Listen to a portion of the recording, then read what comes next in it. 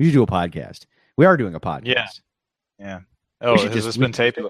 We taping. Jeez, Andrew, taping. Yeah, like P-tape. Like taping. Yeah. Yeah, hold on quick. Let me hold on. I got to pick up my Betamax collection really quick. It's all over the floor. Oh shit, how'd you manage that? Cat knock it all over? Went back to 1983 and anyway. Told you not to stack them on top of the VCR like that. Well, okay, so I guess VCR is an applicable term even though it's a beta player, but sure.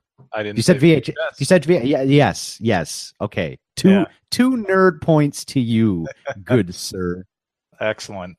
Hips fedora, milady. Well, actually, not a lot of people know this. Yeah. All right, so there's our cold open. We should just bring the show in with that, and then we can say something like, "Hey, everybody, welcome to episode 4 of Bare Metal Gaming. Coming back at ya with some more bare metal action. I'm Tim, joined here by my lovely and dashingly handsome co-host Andrew. You forgot pleasant. You're not pleasant. No, you're very pleasant. You're very calm demeanor. You're a very calming person. Whenever I talk to you, it's very, you have a soothing aura.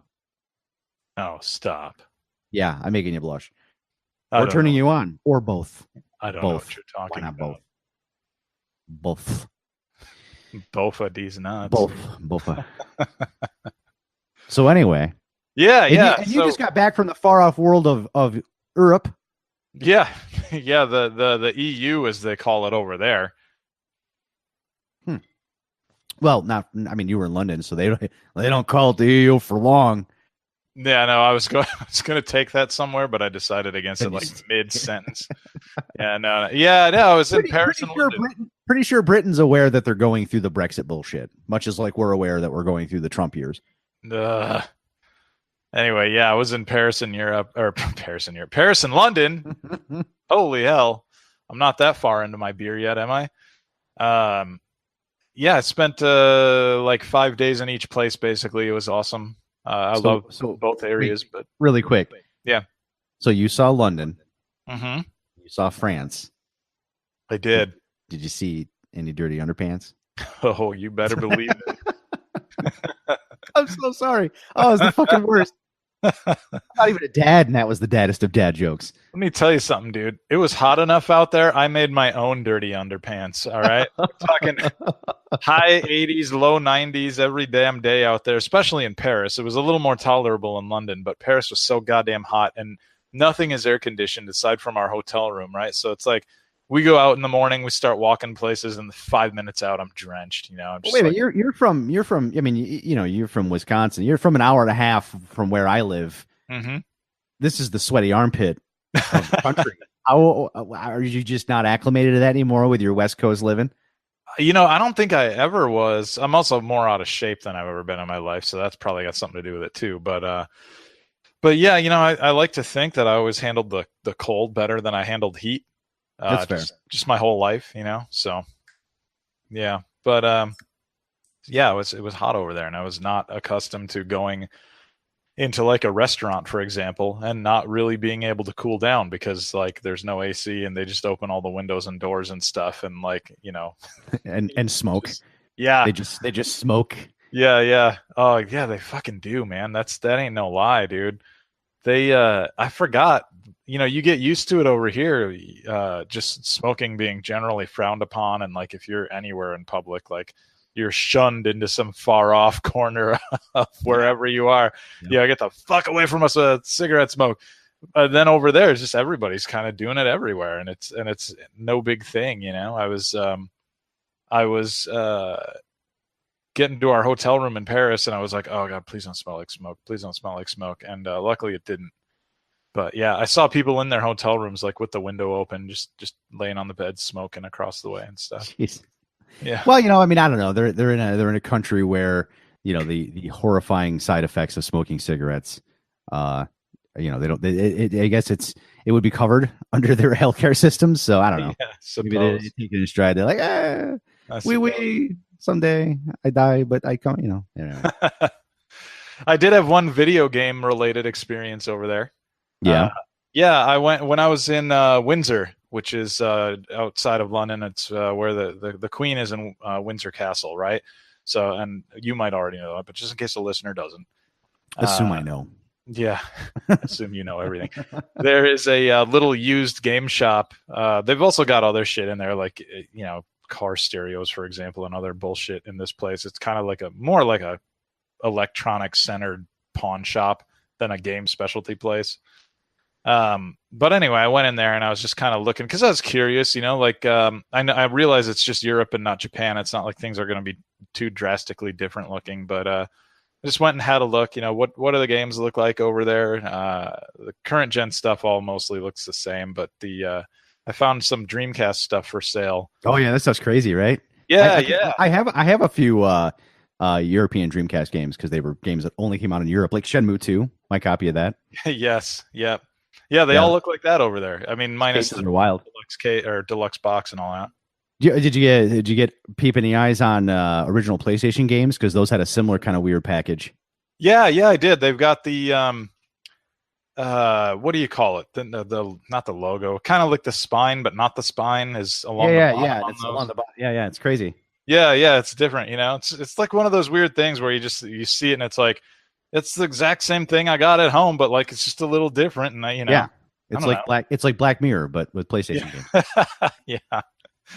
But they had their Dreamcast Power Stone 2 for sale for £36.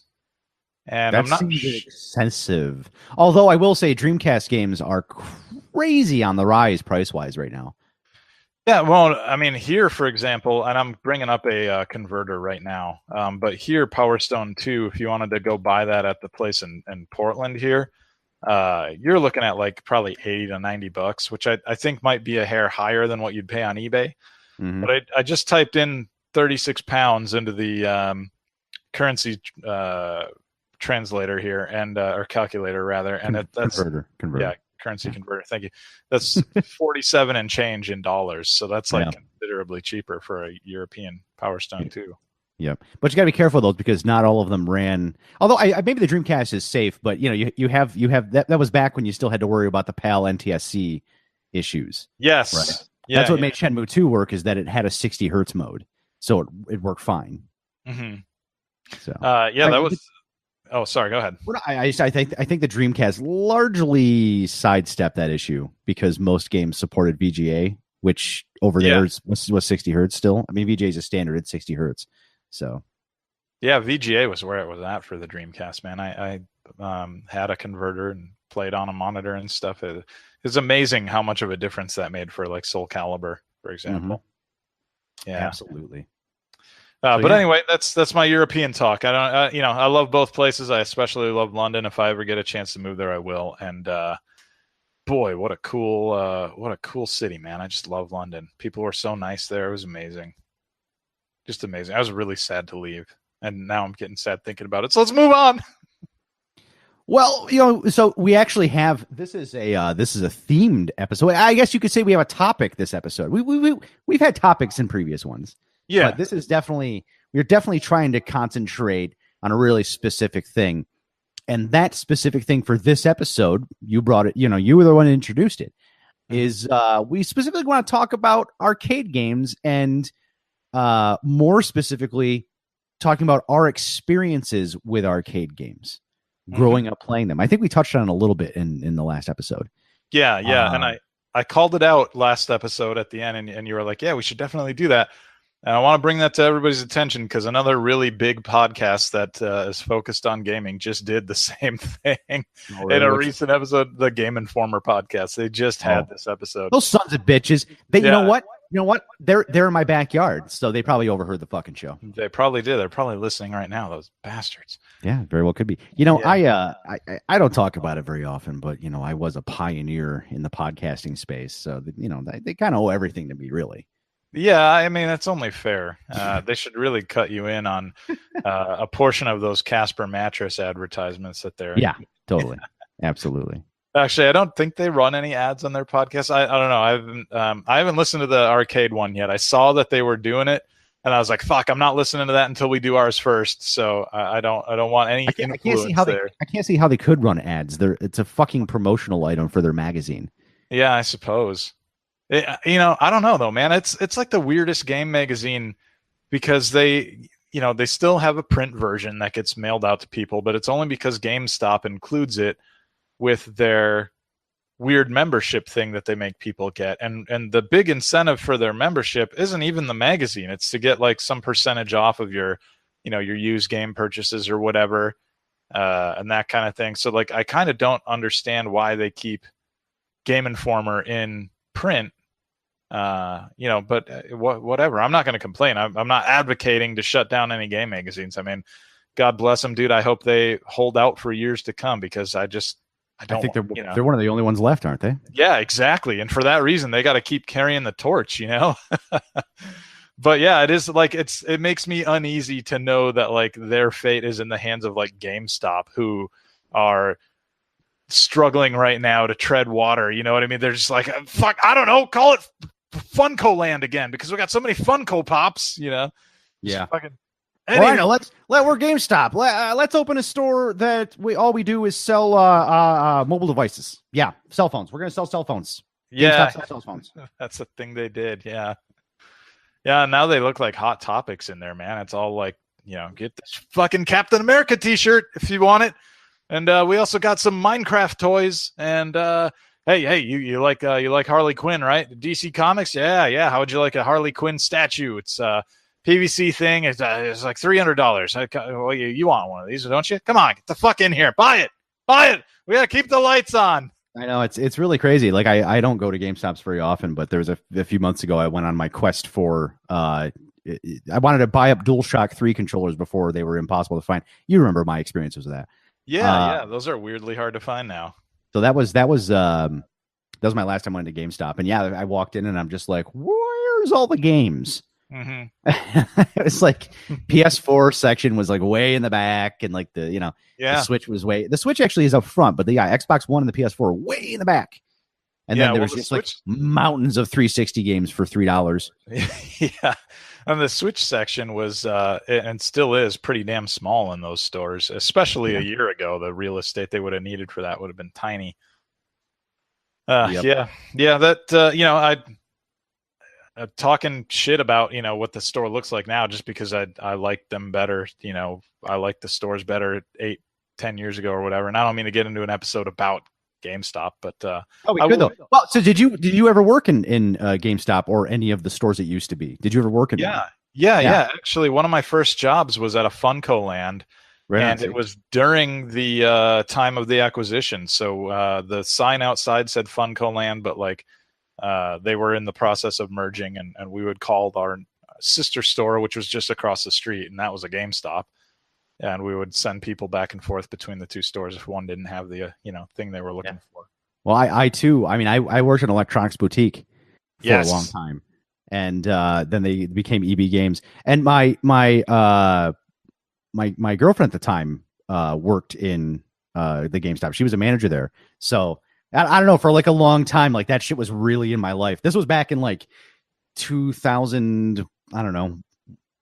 2000 to 2001 to like 2003. Okay. Where we were both working there. Yeah. And like that, because that was back when it was like, I was all about like the Xbox and the GameCube, and my girlfriend was all about the PS2, and we just had everything because it was like, we could totally have an episode about all this. I have stories. Anyway, but this episode, we're talking about arcade games. But before we get into that really quick, I know you probably haven't played a whole lot of games.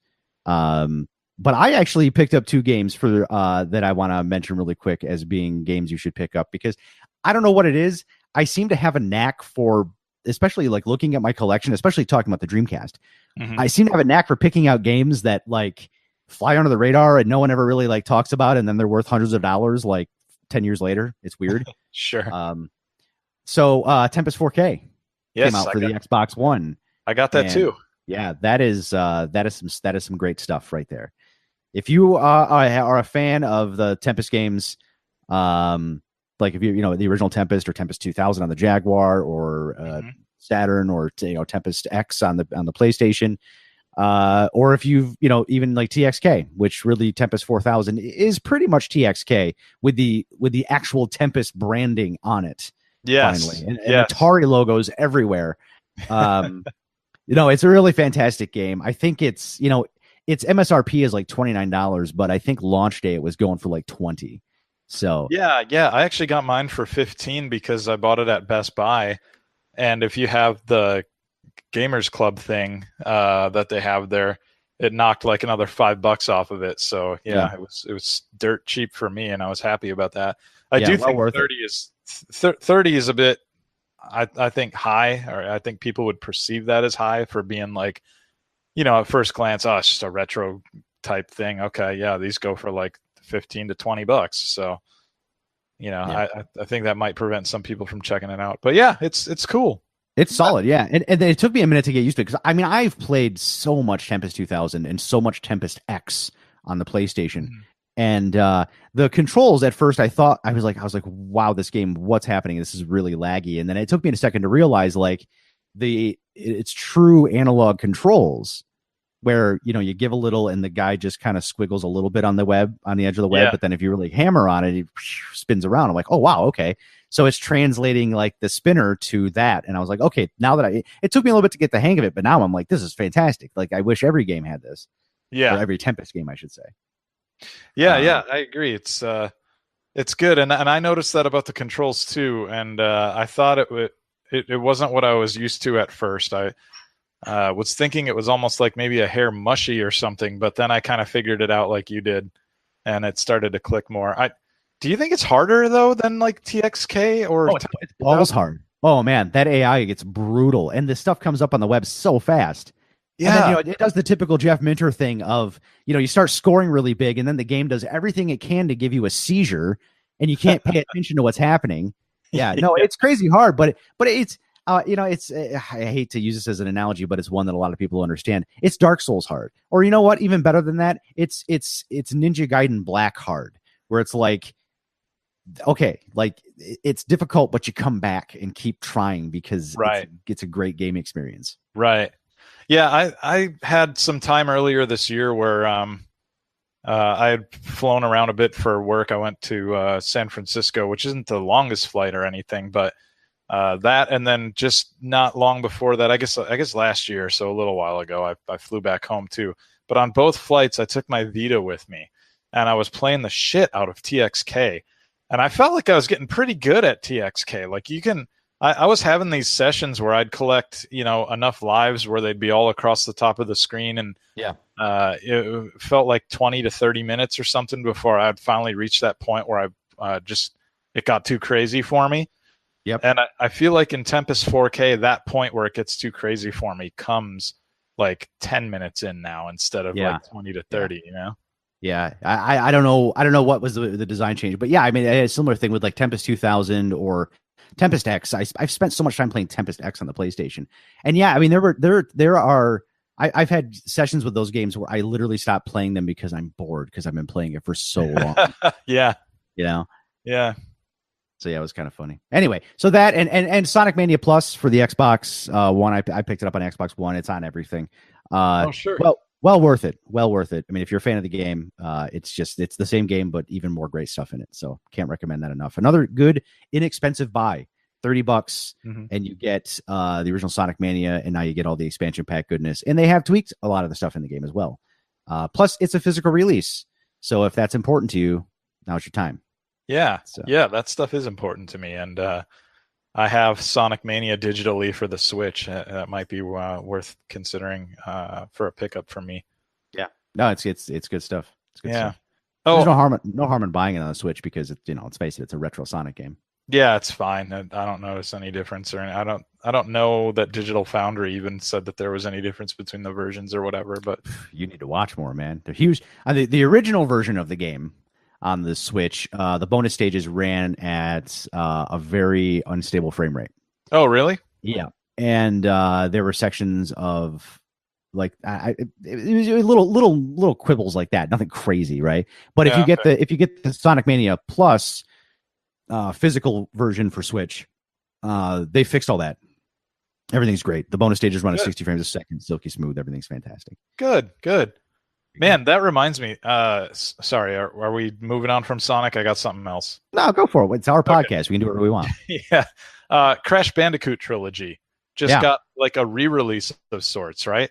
So I bought that last year when it came out, and I thought it was pretty good, but there were some things that bugged me about it here and there, and now I guess bugged a lot of people because there was a huge internet craziness about it. Yeah. I didn't hear too much about that. I did hear some, but it wasn't like like Mass Effect Andromeda or something like that, where like weeks would go by and you just couldn't get the hell away from people bitching about it. But anyway, yeah. So this new re-release, where it's for the first time coming to Xbox and Switch, and anywhere else, I don't know. Anyway, those versions on physical media, and they've got all the patches. Everything's all up to date, right? And then the PS4 version, I guess from now on, all the ones that are going to be printed are going to also be up to date with everything right on the disc. But if you got one of those old copies that I used to have before I sold it, it'll need a patch. So I don't know what the story is as far as like if it's going to be easy to identify like the new printing on PS4 from the original printing. I don't know.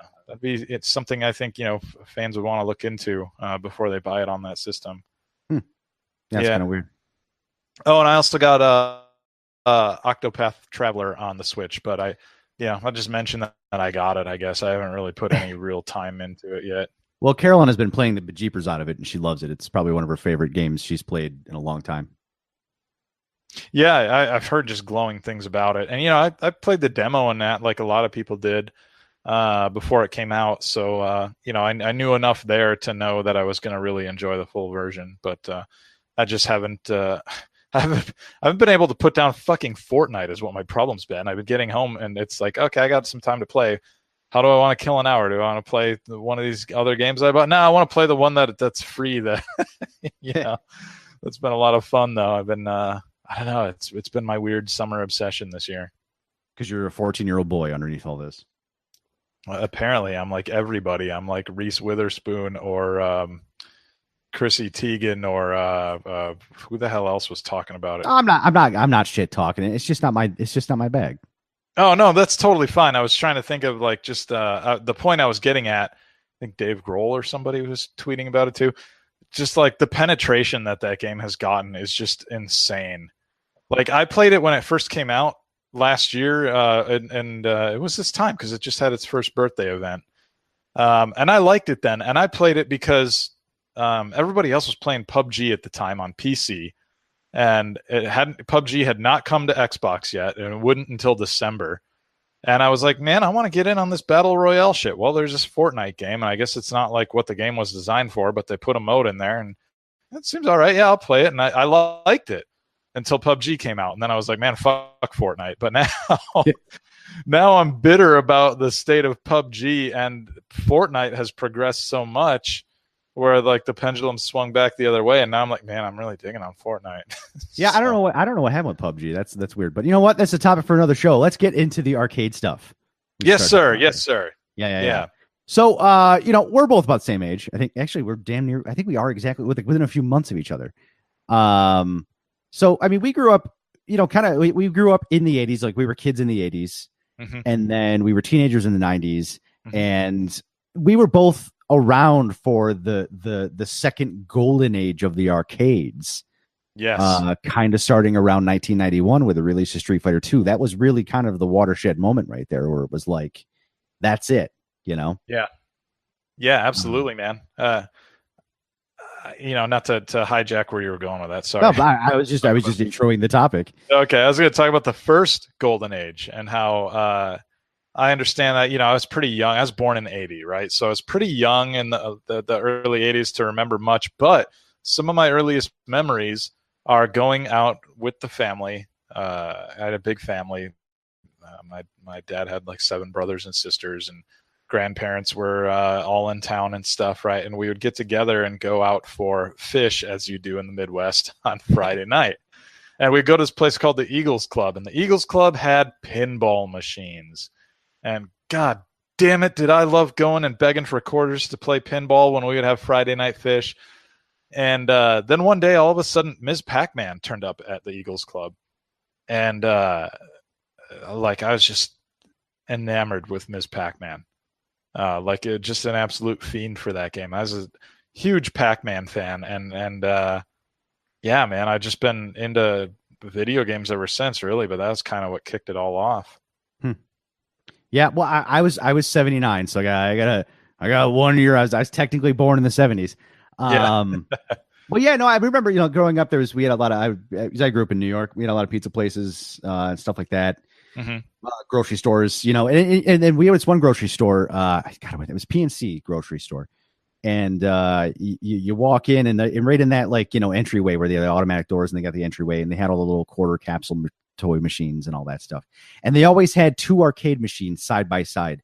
And for the longest time, one of them was the original Star Wars Vector arcade machine. Oh, cool. Yeah, and the other one, I remember them having two games, but looking back on it, I remember it was always a video game and then a claw machine. Oh, sure. Yeah, and then so that was kind of like my first exposure to that kind of stuff, is going to a lot of like grocery stores or department stores. We had another department store called Ames, and you kind of do the same thing. You walk into the door and they got that breezeway, and they always had they had the Nintendo versus system, and they always had like the Super Mario Brothers or Kung Fu, that kind of stuff on it. Yeah, that and that's actually where I first saw. I mean, this is fast forwarding quite a bit, but that's where I first saw games like R-Type and Final Fight. It was always like grocery stores and like just and department stores. It seemed like that was always where you found arcade games. Yeah. It's kind of crazy. Yeah. Like they would just tuck them into that front area, or there was another store called Price Chopper that, again, a grocery store, right? And when you're leaving, I remember very distinctly, that's where I first played Michael Jackson's Moonwalker arcade game. Was you walk out of the grocery store and it was like a claw machine next to an arcade machine, and the arcade machine was Moonwalker, and then I think a little while later it turned over to Final Fight. And oh, cool. Yeah, it was fantastic stuff. Hell yeah. Yeah, I remember seeing that stuff at the entrance to grocery stores too in Wisconsin. But we had, and my memory is a little fuzzy. I remember like this very clearly playing like pinball and loving pinball and Ms. Pac-Man. But then I think I might have just like not played much in the way of video games. We had an Atari at home, a 5200. And then I don't remember really seeing much in arcades until around the time of like the Ninja Turtles arcade game. Oh yeah. Because I'd played like I would occasionally look for Rampage. I loved Rampage, and I forget what year that came out, but we had a mall open in a nearby town, and it was a big deal that this mall existed, right? And they had an arcade in there. I remember going in there and playing Rampage, and then one day, like Final Fight showed up in there, and I thought Final Fight was so cool, and the Ninja Turtles game was in there, and I thought that was just amazing. I think actually I got the order backward. I think Ninja Turtles came first and then Final Fight. But I think Final Fight was 90. Ninja Turtles I think was 89. Yeah, okay. So there was like probably a 4 or 5 year gap where I don't remember much in terms of what kind of games I was playing. It goes from like pinball and Pac-Man to Rampage and then the beat 'em ups, the era of the beat 'em up. Yeah. It's funny, it kind of on this topic, kind of where we're going with this is that it's interesting of our generation where, these video games are kind of tied to memories of events, because I think it's pretty safe to say that our generation was kind of the first one where we were, I kind of want to say we were the first ones really exposed to like hyper marketing. You know what I mean? Because I distinctly remember, like, where I grew up, there was the movie theater that was in the mall, and then right outside the mall was an arcade, and that was the only arcade. That was the arcade, right? Like there were little ones here and there, but this was like the one. Mm-hmm. And I a lot of my arcade gaming memories are tied directly to like we're going to go to the mall, and we're going to watch this movie, and then we're going to go to this store, and that's kind of how I remember all that. It's like this big jumble of childhood memories, right? Because you talk about the Ninja Turtles arcade game, and I specifically remember we had bought tickets to go watch. God, I want to say, let me confirm really quick before I say this, and not that anybody listens to the show, but I would get corrected. Let me see. So 89, yeah. So the arcade game came out in 89, and I remember playing that while we waited for the next showing of the 89 Batman movie. Oh yeah. Because that was like we because you got there and the lines are going out the door and you get your right. We waited in line and bought our tickets for a later showing and then just hung around the mall for a few hours. And yeah, that was at that exact time where you walked into an arcade and they had the 4-player Turtles machine front and center, and it was always busy, always had a crowd around it. So that was pretty fantastic. That game, and since we're talking about it, that game was just mind-blowing for me at the time. I remember the first time I saw it, I mentioned Rampage earlier. I literally went into the arcade at that same mall I mentioned, the Fox River Mall, actually, in Appleton, Wisconsin. Went in there to play Rampage. And I found Rampage because it was really close. It was like along the wall of the entrance, and I could like see it from where you came in. And I just like wasn't thinking about checking out any other games or anything that was in there, right? So I had like a couple of quarters, and I went and burned them on Rampage. I was like, all right, job well done. So as I'm walking out, I noticed that the crowd around this other machine, like, I can see in between heads and shoulders or whatever, right? And I like get a glimpse of the scene, or of the screen rather, and it's Leonardo. I'm like, whoa, hold the fuck on. What is it? Is it Ninja Turtles? And I go and I get closer and I look at it, and there's all 4 turtles on the screen brawling it out with Foot Clan guys. And like my eyes must have been as big as dinner plates when I saw it. I was like immediately regretting burning my quarters on Rampage. I was just like, fuck, why didn't I know about this? Well, and Turtles, that was a quarter eater, man. That was a money taker. It was. And I think it's important to point out for a lot of people that, if anybody's listening who maybe, is just came in that later generation when the arcades were just kind of gone.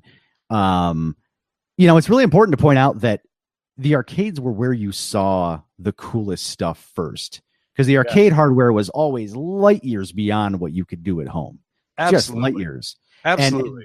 And games like Ninja Turtles, I mean, the visually and audio wise, like that was next level shit. Like we hadn't seen anything like that. And you wouldn't until Turtles in Time would come to the Super Nintendo years later. Yeah, that was as close as it took a long time to get even remotely close to that. Yeah, absolutely, man. And even then, that version was still just 2 players, so you didn't have that 4-player experience.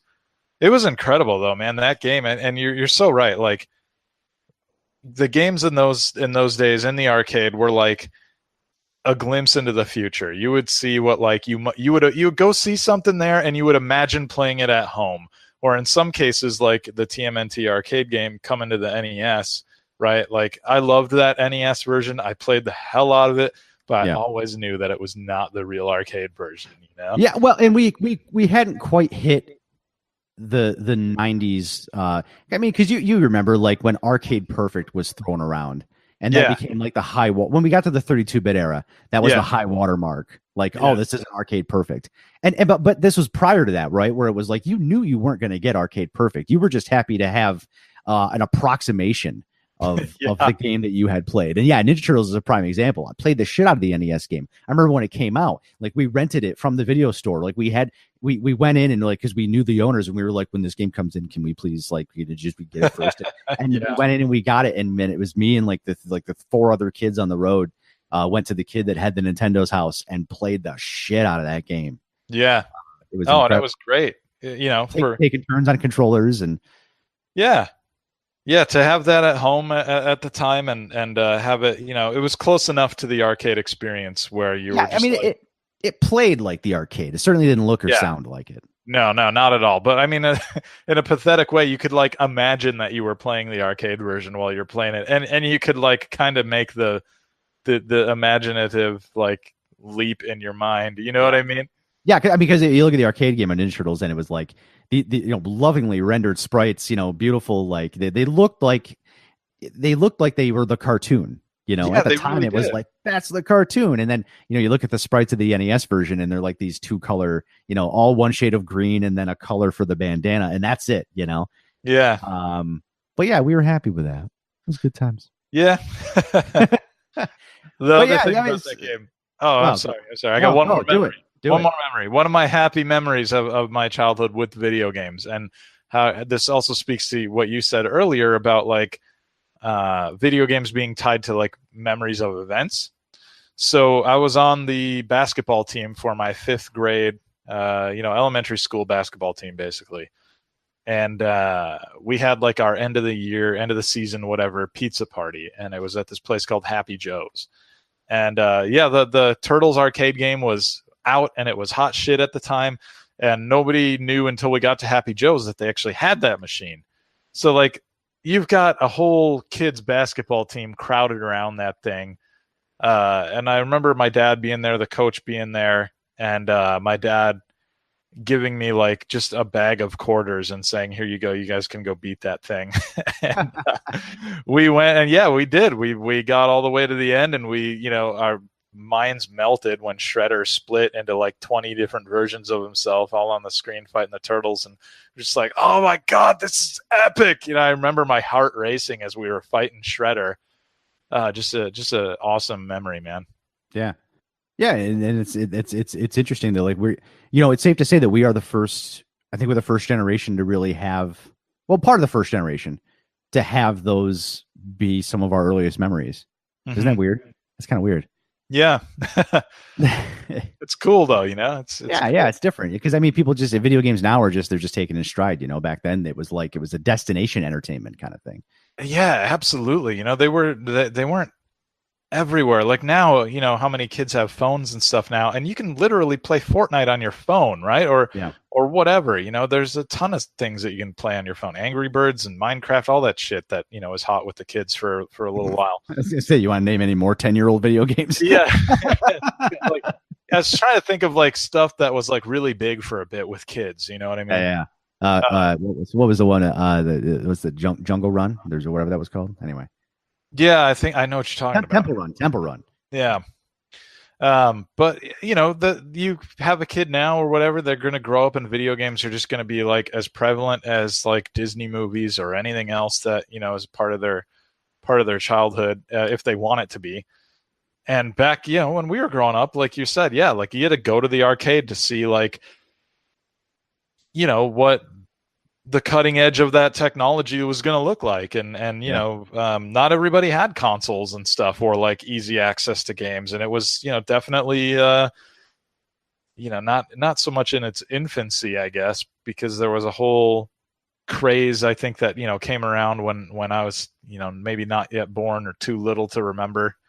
The first big arcade boom. Yeah.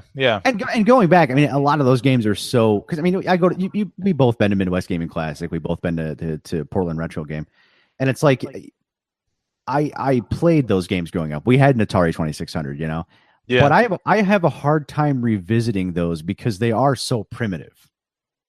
Yeah, like when growing up playing the Atari, I mean, it was fun, it was neat, it was a video game, right? But it wasn't. I certainly don't have any memories of it being mind blowing like I do of late 80s and 90s arcade gaming, where it just seemed like every week you were seeing some quantum leap in video games. Yeah, I agree. Like I said, I remember we had that Atari 5200, and the version of Pac-Man we had sucked. The joysticks were awful. Yeah, they were. They were a terrible system. Just like all of that Atari stuff was just garbage. I think. I mean, it was a big hit because it was like what was available at the time, and it was so novel. I'm sure, But I think a lot of that stuff just, I don't know. There's probably somebody listening right now who's just like, well, I mean, there's a generation, right? So like, right. If you were born like Carolyn, right? My wife, she she's what? She's about 6 years older than I am. So her memories are of in television. Like she grew up in the Intellivision, and they had the speech synthesis module.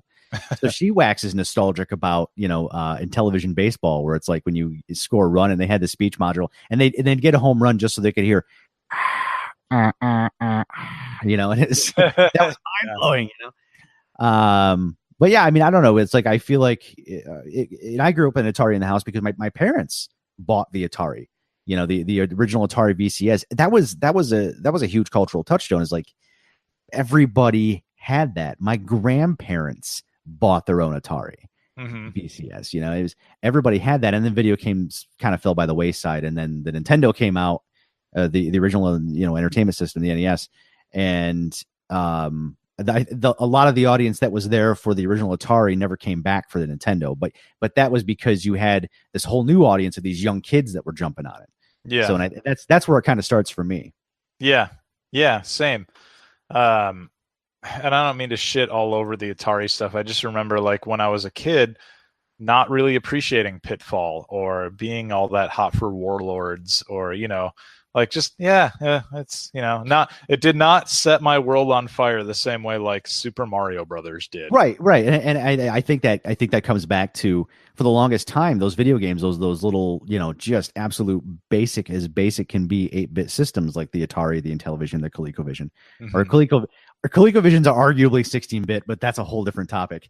But there was a long stretch where the games were all just the same, and you still had to go to the arcades to see the crazy cutting edge stuff. But then for a long time, it was just kind of samey. There weren't those huge quantum leaps. But then it's like, I would say it's like you get to around like Double Dragon or R-Type, and that's when you were like, whoa, what's this? Yeah. What are these crazy high resolution graphics and FM synthesis sound? And that was kind of the beginning of it, I think. Excellent. It's Judgment Day. Fire. So let's talk about the Terminator 2 arcade game. Now, I got to say, I remember this game being around. This game was ubiquitous. It was everywhere. The Arnold voice samples, like, yes, they always had these machines turned up so damn loud. You'd put in a quarter and you'd go, excellent. Yeah, excellent. Excellent. You hit start. Let's go. Yep. And then you get that awesome, like, go look this up on YouTube, or maybe like I can edit in the sound or something later, but you hit start and you get that, like, this motion picture has been approved for all audiences or whatever, like that green screen.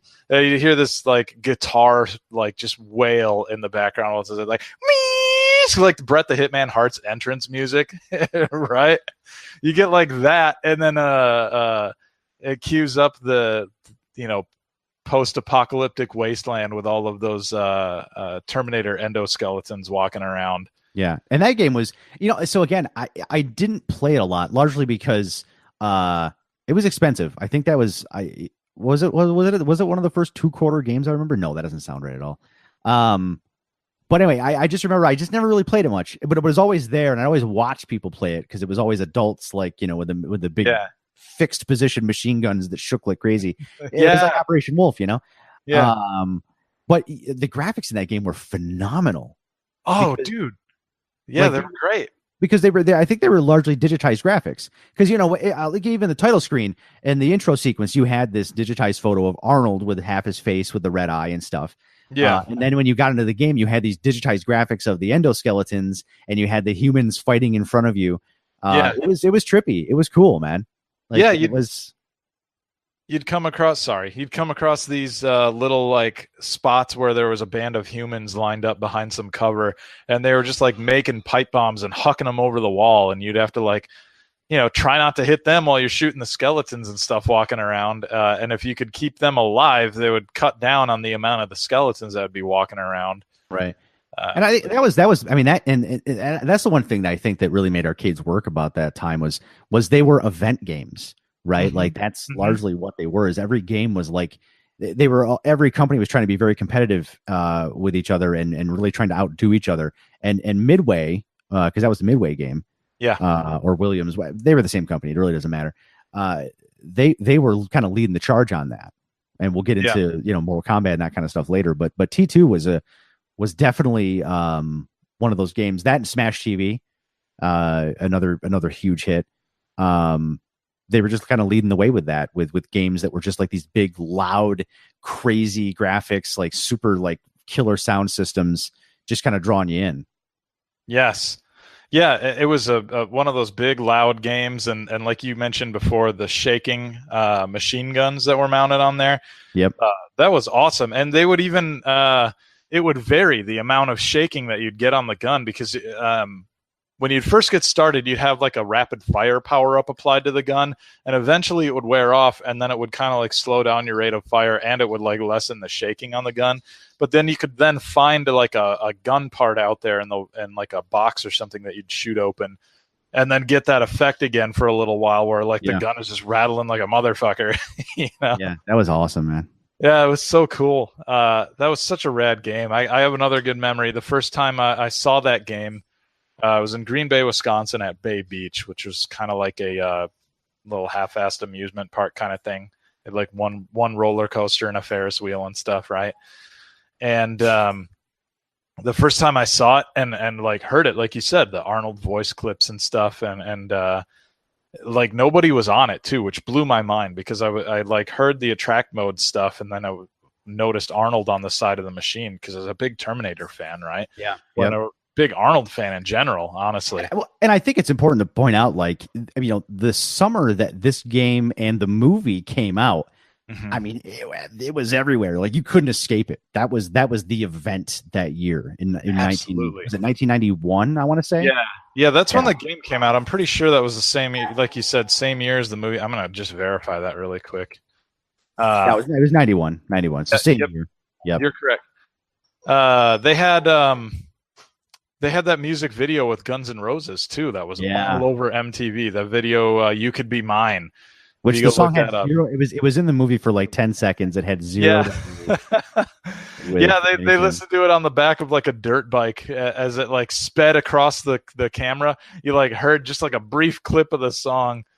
Yeah, but yeah, they did a whole big deal with that music video, man. Like the whole thing was like Terminator related and Terminator movie clips and stuff, and then at the end they had Arnold in Terminator outfit walk past like the Guns N' Roses band, like they had just finished a show or something, and he just stumbled upon them, and like in the Terminator vision, he's like evaluating each of them, and it like comes to the conclusion that they're just a waste of ammo for him. So he lets them go.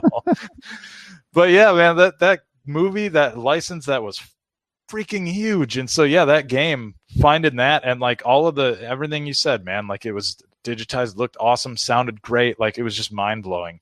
And I was counting the days until I could get it at home on the Genesis. But of course, you know, not arcade perfect, not even close. And you had to have the Menacer, so you didn't get the clacky gun, and you didn't even get like the good sound, you know, the music was neutered, and all of that. So I mean, but hey, you got the game at home, right?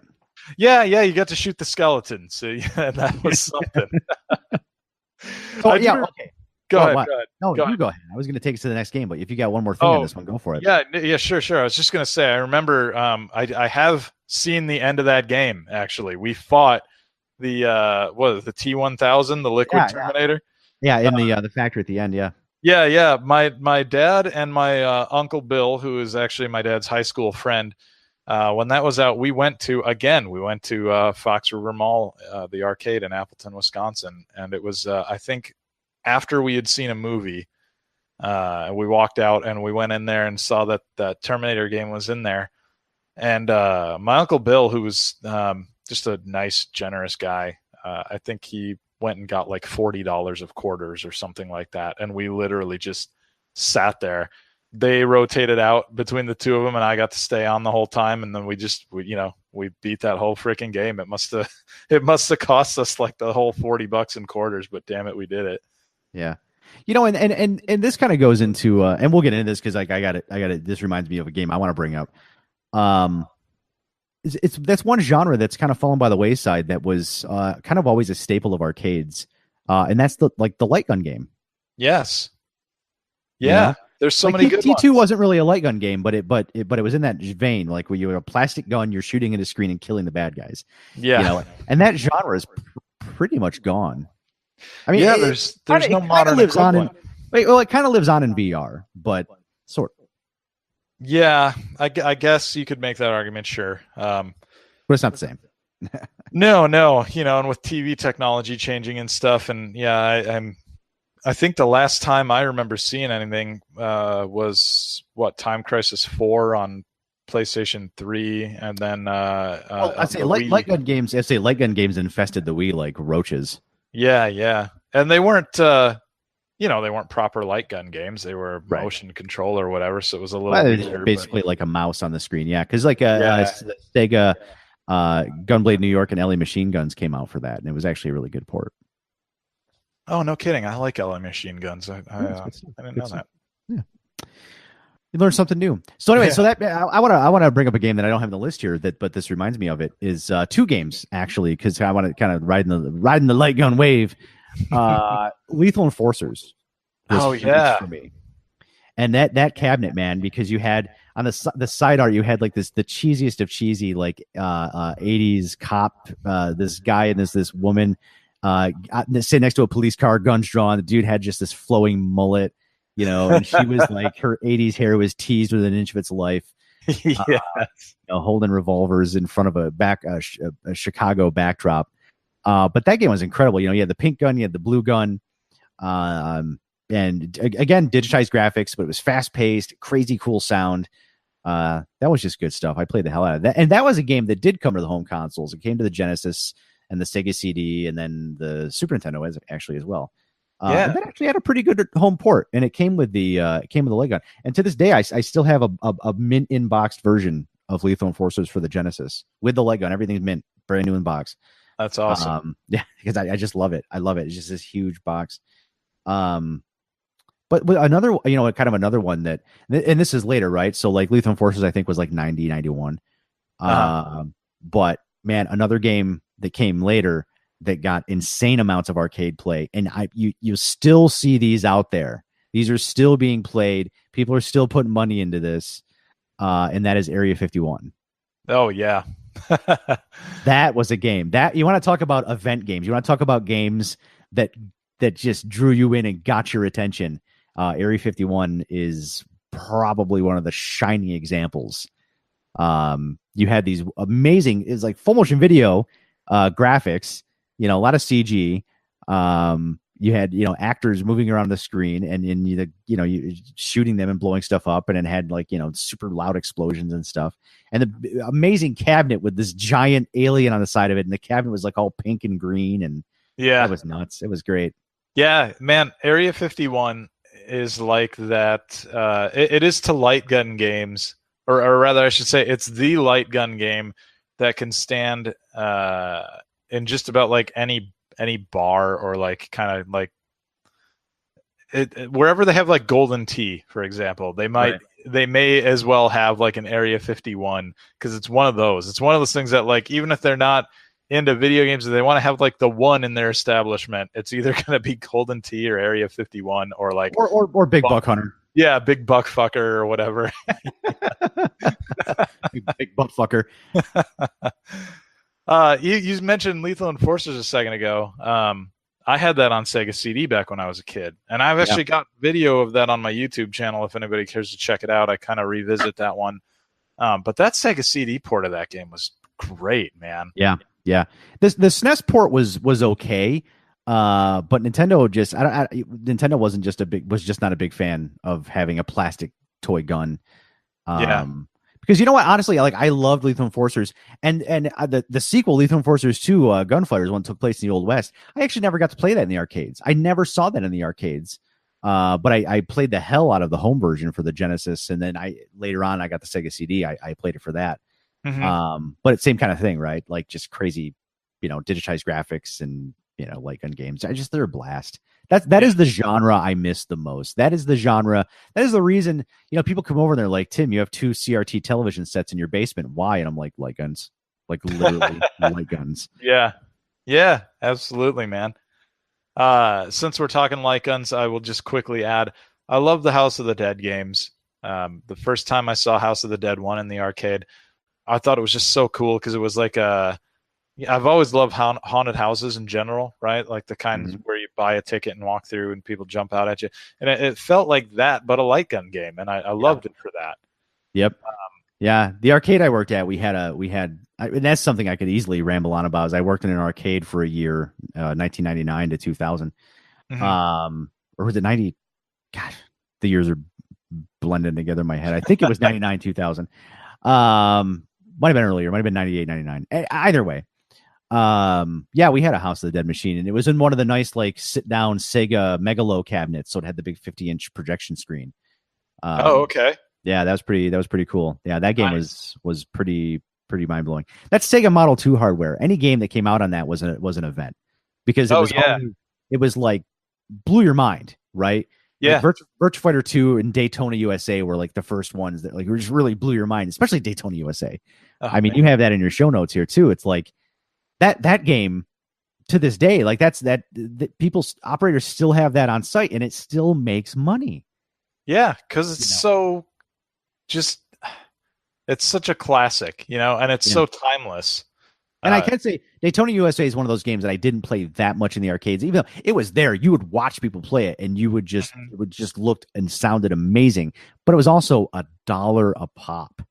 Yeah, it was, and that was definitely something that you would consider. You go to the arcade with like $2 on you, as you would when you're a kid, and what are you gonna do? 2 games of Daytona, or are you gonna like play 8 games of something else, or like 4 games of something else? So yeah, and Daytona was always a thing where it was like you knew you were only going to be able to play it for a limited amount of time, right? Yeah. Whereas like, oh man, if I go over to Kadash, I can just keep pumping quarters into that until I die and probably get like 20 minutes out of it. Oh, what's Kadash? It is so this is one of my absolute favorite games of all time, and my favorite version is not the arcade version. I actually prefer that one the least. The TurboGrafx 16 version is the one I had when I was younger. So it's a think of it as a side scroller gauntlet. Oh, okay. And you level up and all this other fun stuff, but there's no save system, so you got to do it all in one go. Oh, sure. So as an adult, I've tried to revisit it, and without save states, it's a miserable experience.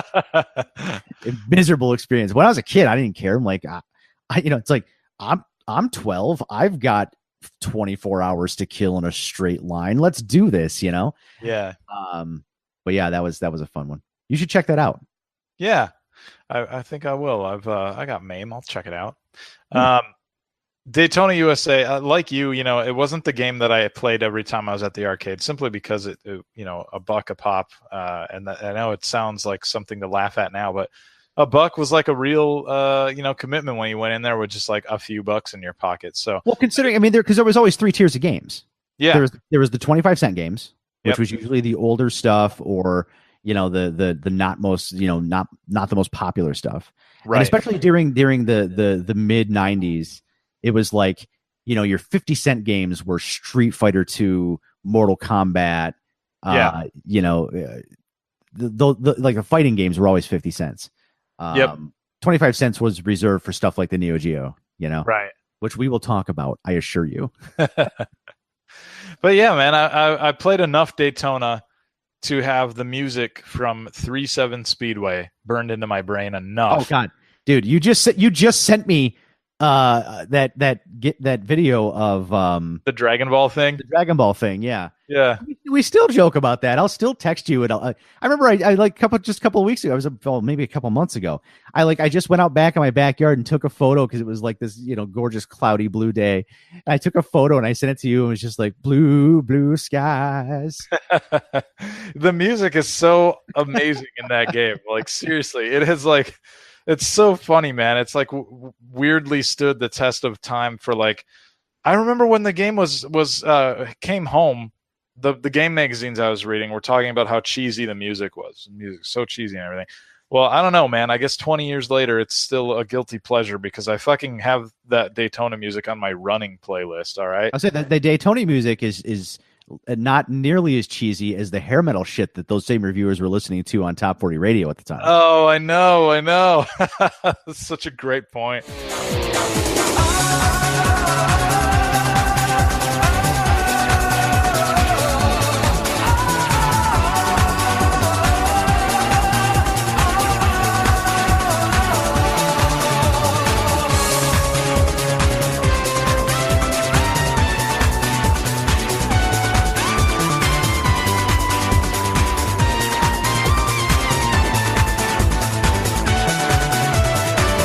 But yeah, man, when Daytona, because the first time I would have Daytona at home would be on the Dreamcast. So I knew that music from 3-7 Speedway enough that when it came home and I had it on Dreamcast, I was like, Oh yeah, that's the stuff. You know? Dreamcast or Saturn?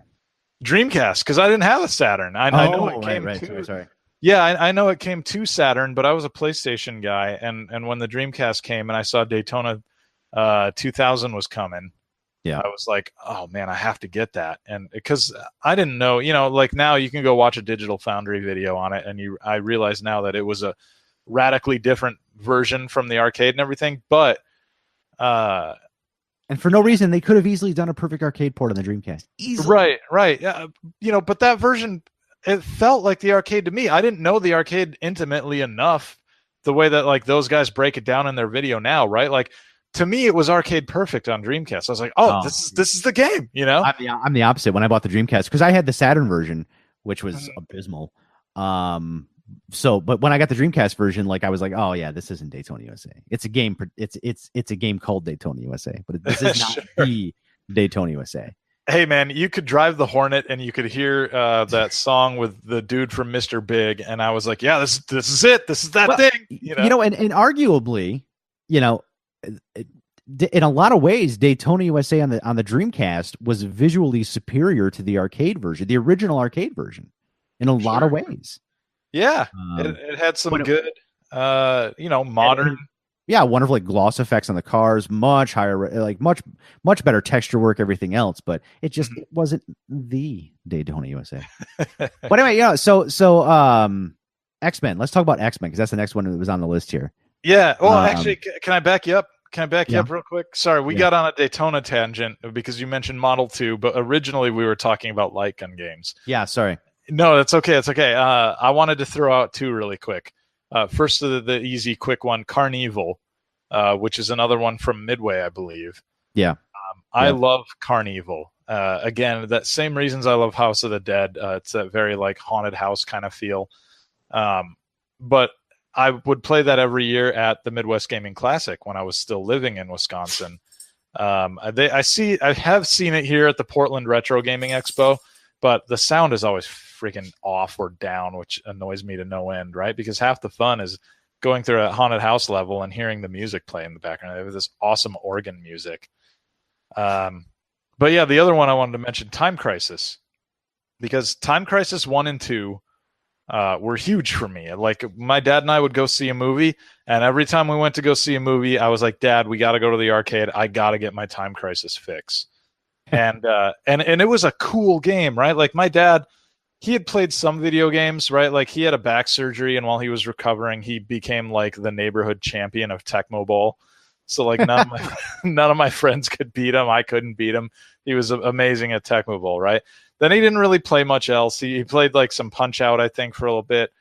But then like, years would pass, and he had an interest in like appreciating watching me play stuff like Mortal Kombat and like looking at digitized characters and stuff like that, and like just seeing how the technology kind of advanced.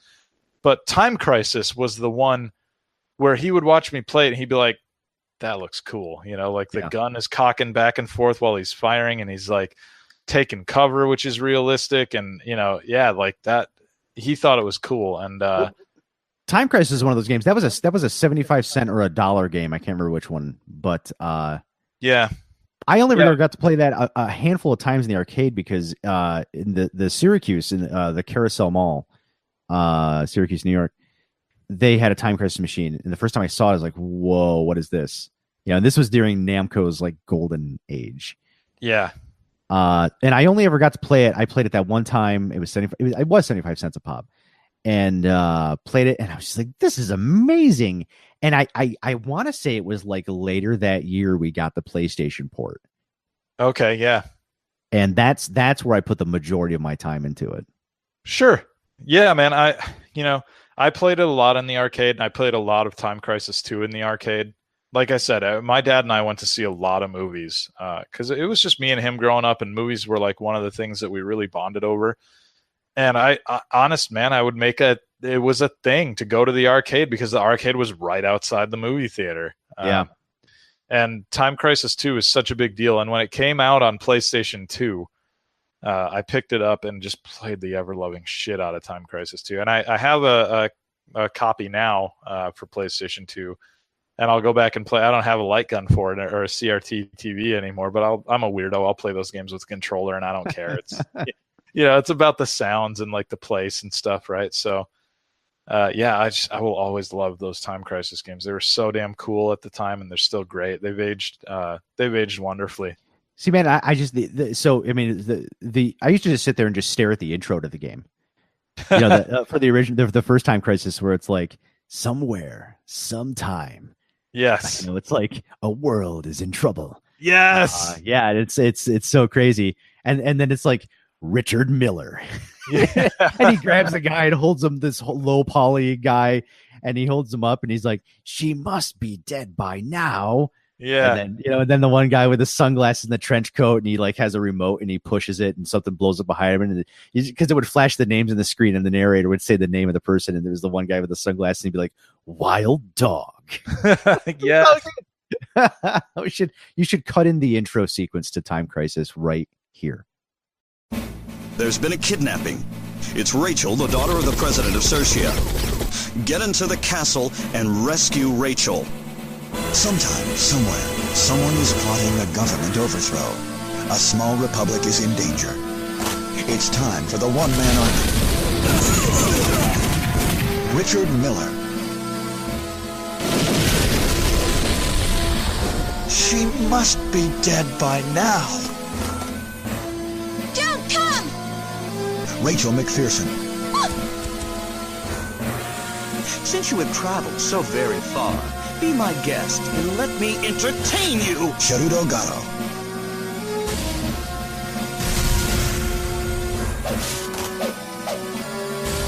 Just to be sure. Wild Dog.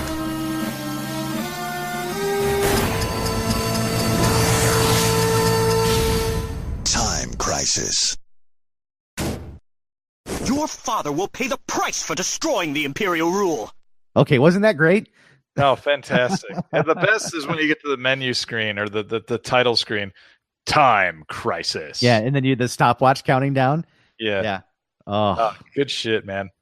That was something that Your father will pay the price for destroying the Imperial rule. Oh, God. So good. That's something that's been lost, well, along with the arcades kind of dying out, right? Like attract mode is something that games don't really have too often anymore. Yeah, they don't. I know Nier Automata, for example, has an attract mode, and I love it for that. It will just loop this little kind of like preview movie of gameplay and then like cutscenes and stuff. It's almost like a movie trailer for the game. And I like that, but like there's a ton of games where now you just like load it up and it's just like it's idle at a menu screen or something like that. Yeah, you still get a title screen, which is weird to me. It's still really weird to me that video games have title screens. And Why it's is always that? like, I don't know. It just seems weird, right? It's like it's sitting there looking at a screen that says like press start, and then it takes you to the main menu. Yeah. It feels like a little bit of a holdover, you know? Yeah, I'm with you there. Yeah, just bring up the menu if you don't have an attract mode. Yeah. I'm with you on that. But yeah. Okay. Anyway. So, yeah, X-Men. X-Men, 4-player, well, up to 6-player X-Men. Yes. Dual screen, side by side, which the arcade that I used to go to all the time, the same one outside the movie theater, they had the side by side screen X-Men arcade machine, 6-player. Yes. And that thing, you want to talk about a game that drew a crowd. Holy shit. Oh man, I know. And it was huge. It was big. And it was at a great time too, right? Like I have in my notes here, I was a big X-Men fan as a kid, and around the time that this game came out, the Saturday morning cartoon was on, and that was a big hit. And also in my neighborhood, we had a comic book shop just open up like a few blocks from my home, so that was super close, and we would go there and buy X-Men comics and X-Men trading cards and stuff like that, right? And to put it in perspective, like this was the golden age of the X-Men. This was the fucking like Jim Lee X-Men #1 selling like 5 million copies era of X-Men that this game came out and that cartoon came out, you know, like X-Men was it. And they just happened. Konami again, Ninja Turtles. Then they went to, and then they have X-Men, and then the Simpsons arcade game, which we should talk about that. Yeah.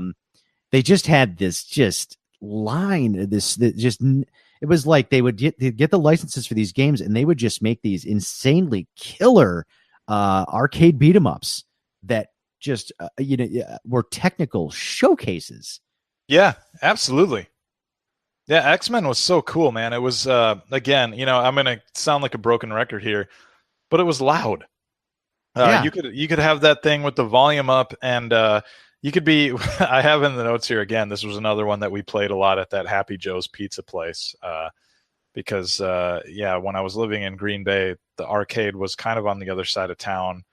At one of the malls, you could ride your bike to it, but it would take like a half hour. And then the other mall on the other side of town was like a bus ride away. But if you didn't want to do all that shit, you could just ride a mile from our house, and there was Happy Joe's Pizzeria, and they had the X-Men machine, and you could be eating pizza in the next room, as we did, and hear the X-Men machine the next room over. You hear a Colossus. Yeah. X-Men down. Yeah. Oh my God, the soundtrack is crazy. The music in that game. Okay, right about now is when I'm going to edit in the Junk Factory music right here. X-Men. Get it.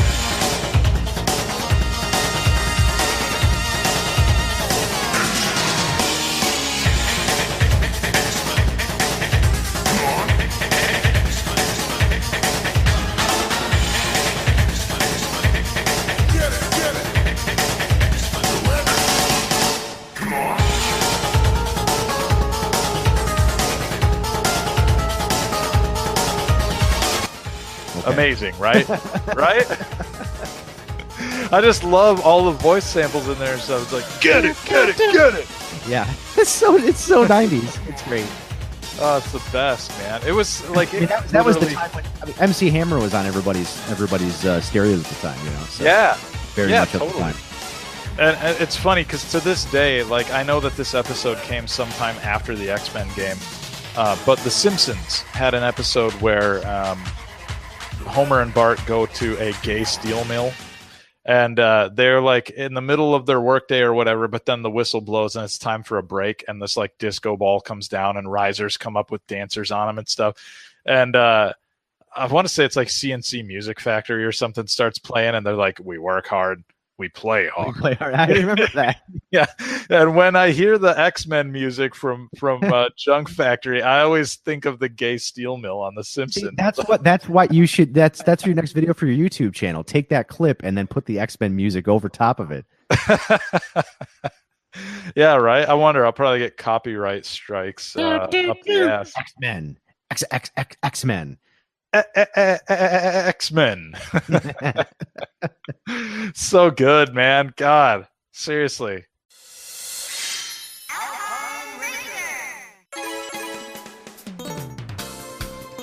Racer, please enter the starting area. Okay, ready?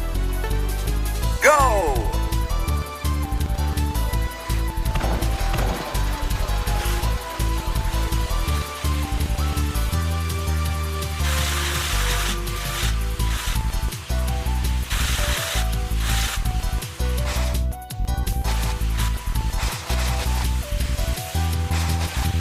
All right. Well, you have Alpine Racer on the list, and I don't really have any memories of Alpine Racer. It wasn't any arcades near me, but there is a game that there's an entire genre that Alpine Racer touches on that is another one that's lost to the ages, and that is the full-size interactive cabinet. Yes. And Alpine Racer is a great example of that, and I'll tell you in a minute my personal example of that. Okay. Yeah. So Alpine Racer is a skiing game from Namco, and again, you mentioned the golden age of Namco. This was a part of that. They were just killing it in the arcades. And Alpine Racer had this thing where you would stand in these. They didn't look like skis, but they were like a couple of metal platforms next to each other, right? Like long, thin platforms to kind of look like skis, but your feet would fit into them. They had like these rubber parts and like these inset sections where your feet would just kind of perfectly fit in. And this little platform, for both your feet was linked together, locked, but it could swing from like left to right? So you could like mimic what it looks like when you see somebody skiing downhill and like going around the, going around the flags and stuff, right? And they also had 2 skiing poles sticking up from the side too that were permanently in place, right? They were fixed. So you would grab onto those and you would just kind of like lean your weight from side to side while swinging your feet out, your legs out rather, from left to right and stuff. And man, it was so cool. It had a giant screen that you were, just a couple of feet away from. So it felt like you were kind of like in it. And it had a great soundtrack. It was, really good graphics for the time, polygonal, downhill mountain skiing with like snowflakes in the air and stuff. And really good sound effects as far as like, cutting through the snow or like going over like a dirt patch and stuff, and like just the difference in the textures and what sound your skis might make going over that. Like if you've ever been actually skiing, it's not, it's a good emulation of that, right? Yeah. And I loved it, man. It was one of those $1 a pop games, but unlike Daytona, where I would kind of like, do I want to do that one right now? Like, this was like Time Crisis, where we would go to see a movie, and there was this place in Appleton at the time. It was like a really nice new movie theater complex that had just been built up, and it also was attached to kind of like a really nice Chuck E. Cheese kind of thing. It was called Funset Boulevard, and it had like bumper cars in there and like a skee ball, all like a ton of stuff, right? But like a lot of really big arcade games. And Alpine Racer for a time was like one of the featured attractions. They had it up on this like raised platform section where like you could kind of be standing anywhere in the building and look in the direction of it and see someone on that machine, because it was like, it was the big deal at the time. Yeah. I mean, it was an event game. Yeah, exactly. And we would go to a movie and again, it was the one where I would like, Dad, I gotta get in one game, like just $1 was all I needed. Just one run down the Novice Hill to hear the music, and like kind of like it felt like the wind was blowing through your hair when you were playing that thing, man. Seriously, it was like that good. It was awesome. I loved it. Yeah. So go ahead. What? Yeah, no. I was gonna say. So I want to turn it over to you. I want to hear about your big. What did you call it? You referred to it as interactive cabinet, like where you actually like it's a ride. It's almost a ride. Yeah, exactly. God, that's such a great way of putting it. Yeah. So the standout for me, because I didn't have Alpine Racer or anything like that, because I don't know, I just didn't. But so this is actually more from when I was actually working in an arcade. We had this machine. We had both of these machines. Top Skater. Oh yeah, from Sega. I absolutely adored that game. And for anybody who's not familiar, this game came out 2 years before Tony Hawk's Pro Skater did on the PlayStation. And this game actually, you played as a skateboarder, and it had music from contemporary pop punk bands. Like Pennywise was most of the soundtrack. And you got on a skateboard that was it just swung back and forth. It was basically you're standing on like a metal pole that swung back and forth on an arm. And you could kick your heel down in the back, and the board would lean back. You can kick down in the front, and the board would lean front. And that's so if you were going over a ramp, if you kick back, your skater would do a trick over the jump. And if you were coming up on a surface you could grind on, if you got up next to it and then kicked your nose down, you would start grinding on it, and you would have to sit there and balance it. And it was an absolute blast. And it was again, like this was the golden age of Sega still, where they had these arcade games that were just absolutely gorgeous. And that was the one that stands out to me. We used to play that a lot when I worked at that arcade. And that was another one. That was like 75 cents. But man, it was fantastic. Awesome. Yeah, I remember that one really clearly too. That was also one that I can't remember. I feel like it came to Funset Boulevard after Alpine Racer and like replaced it as one of the big featured things. They kept Alpine Racer around, but it was gosh, I can't remember. You said it was 2 years before Tony Hawk came to PlayStation? Yeah, 97 is when I'm looking it up on K-Love. 97 is when Top Skater hit, and Tony Hawk came out in 99. Oh wow, Tony Hawk was that late? Okay. Yeah, it was late. I thought Tony Hawk was earlier, because I swear I was looking at it, I was like, oh man, how could this not? Because Sega's, I mean, they're renowned for knocking off ideas from other companies. But yeah, 97, Tony Hawk was 99. Oh, okay. Yeah, so maybe that is accurate then. Maybe it did replace Alpine Racer. Yeah. They kept it around. It just wasn't on the pedestal anymore. Like the raised area, they had the, Yep. There was also some weird beachhead thing that came. Beachhead 2000. Yeah, where there was like a bubble shaped pod that you sat in. Does that sound familiar? Yeah, it totally does, man. Beachhead 2000. Fun fact: at the time, I was very I was very into PC gaming, and it was a PC game that went to the arcades in this giant interactive arcade cabinet. If I'm thinking of the correct, Beachhead 2000 arcade game. There it is. Yeah. So it was a PC game that then went to the arcades. Okay. Yeah. Yep. That is totally what I remember seeing. I did not like that nearly as much as Alpine. No, Racer it was Top Skater. Yeah, it wasn't that good at all. Yeah. But I guess this would have been this was well before the Call of Duty craze or whatever. So yeah, I don't know. Maybe at the time this was some hot shit if you had some World War II fantasies to fulfill. Well, so going back to like these giant event type games, the one for me, like I'm not saying like this is my favorite ride style game. Mm-hmm. But this is definitely I would consider this outside of the version of Outrun that Sega built in Japan that used an actual Miata on a tilting platform. This is probably like the second closest thing they've ever done to being batshit insane. But this was a wide release. This was in my arcade, and that's Sega's Wave Runner. Oh yeah. Which was basically like Wave Race, because this was, and so this came out around the same time as Wave Race did on the N64. So this was kind of Sega's take on it, but it had Sega's, like, it ran on Model 2. It was absolutely gorgeous, and it had a full size fucking jet ski as the controller. Yes, it and did. You sat on it, and it slammed the shit out of you when you hit those waves. Yeah, it was good. I remember that one too. I'd forgotten about that until you mentioned it. But yeah, that was a good ride type game.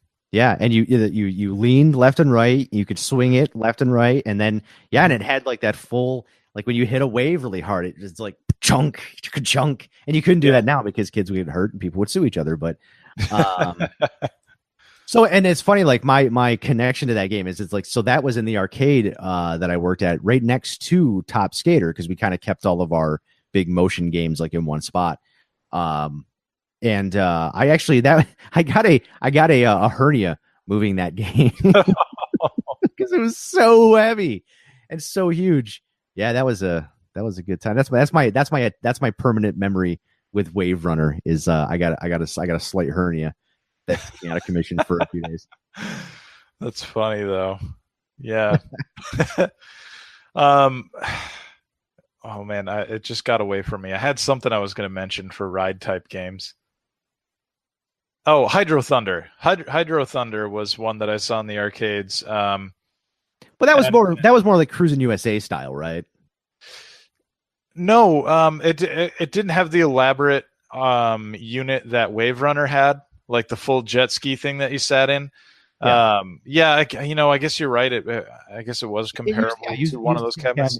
Yeah, but the cabinet seemed bigger though, because like maybe it depends on which version of the cabinet you played and everything, right? But like, I remember thinking the Cruis'n USA cabinets were just like you sat down and you had a steering wheel.